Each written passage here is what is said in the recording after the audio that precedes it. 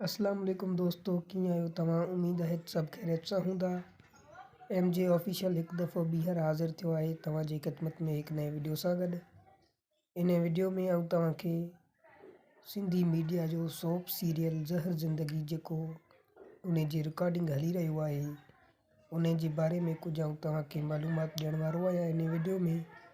त वीडियो शुरू करण खां पहिरियों अगरि तव्हां असांजे चैनल MJ ऑफिशियल ते नवां आहियो त MJ ऑफिशियल खे सब्सक्राइब कयो ऐं बेल आइकन खे प्रेस करे छॾियो ऐं वीडियो पसंदि अचे त इन खे लाइक ज़रूरु कजो। त हलूं था पंहिंजे वीडियो जी तरफ़।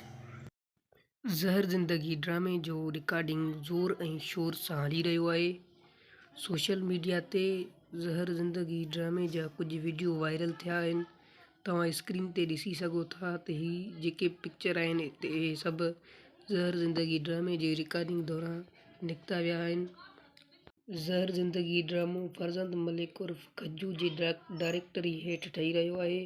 हिन ड्रामे में इम्तियाज़ सुहाग जी शादी आहे जंहिंजा तस्वीर तव्हां पहिरें स्क्रीन ते ॾिठा। इम्तियाज़ सुहाग जी शादी हली रही आहे।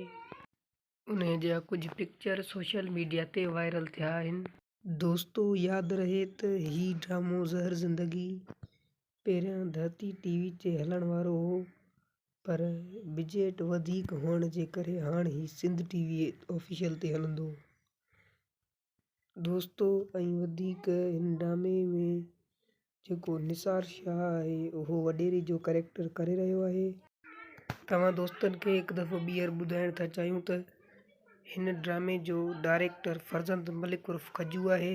उन जे डायरेक्टरी हेठि हे ड्रामो ठही रहियो आहे ऐं हिन जो राइटर नूरज़ों साहब आहे जेको तमामु सुठो ऐं मशहूरु राइटर आहे ऐं फरज़ंद मलिक खे पहिरियों दफ़ो मौक़ो मिलियो डायरेक्टर जो। दोस्तों अॼु जे लाइ एतिरो मालूमात।